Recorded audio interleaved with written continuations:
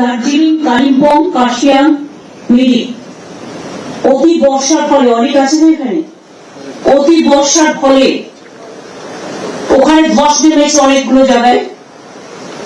আমি প্রথমে দার্জিলিং, কালিম্পং, কার্শিয়াংটা বলবো। মিরিক 10 নম্বর জাতীয় সড়ক, যেটা সিকিমের সাথে সংযুক্ত, আর্মিরা এই রাস্তাটা দিয়ে যাতায়াত করে। Chief secretary must take up the matter with the army so that এটা আর্জেন্ট বেসিসে রেস্টোর করতে হবে। একটু বৃষ্টিটা, জলটা নেমে গেলে। 2 হচ্ছে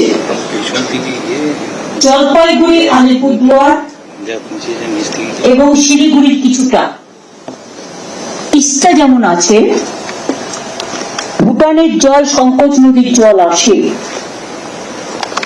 এবং করলা নদী আপনাদের জলপাইগুড়িতে আছে। মিউনিসিপ্যালিটি চেয়ারম্যানরা এসছেন সব।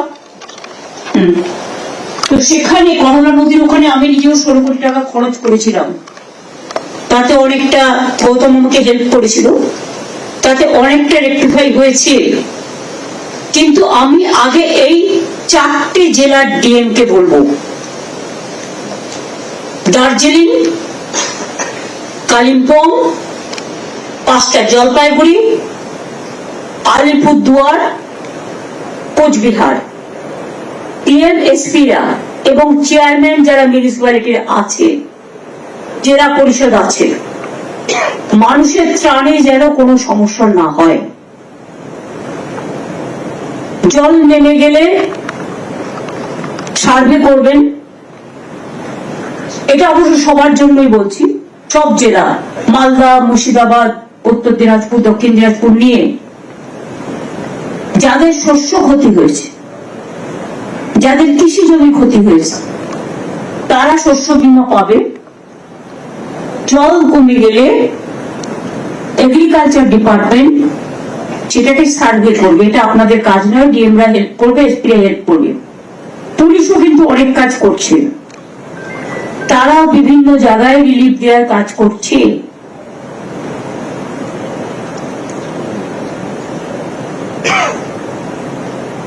কোচবিহার, আলিপুরদুয়ার জেলার কতগুলো জায়গায় জল জমে,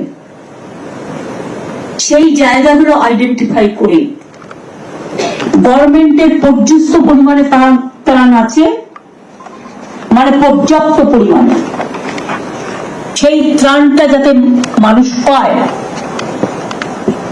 আমি এখানে আলিপুরদুয়ারের সুমনকে দেখতে পাচ্ছি, সুমন কাঞ্জিলাল। প্রকাশ চিকবাড়ি, মাদারহাটটা দেখে নেবে, নাগড়াকাটা, মাদারি হোক। গাজরের যে প্রবলেমটা হয়েছে, গাজর ডোবা থেকে শুরু করে জায়গাটা অবশ্যই দেখে নেবে। কুচবিহারটা রবি আছে, রবি আছে, উদ্বোধন আছে, চেয়ারম্যান আছে, জেলা পরিষদের সভাপতি আছে, দেখে নেবে। মোবাইল আছে, উদ্বোধন।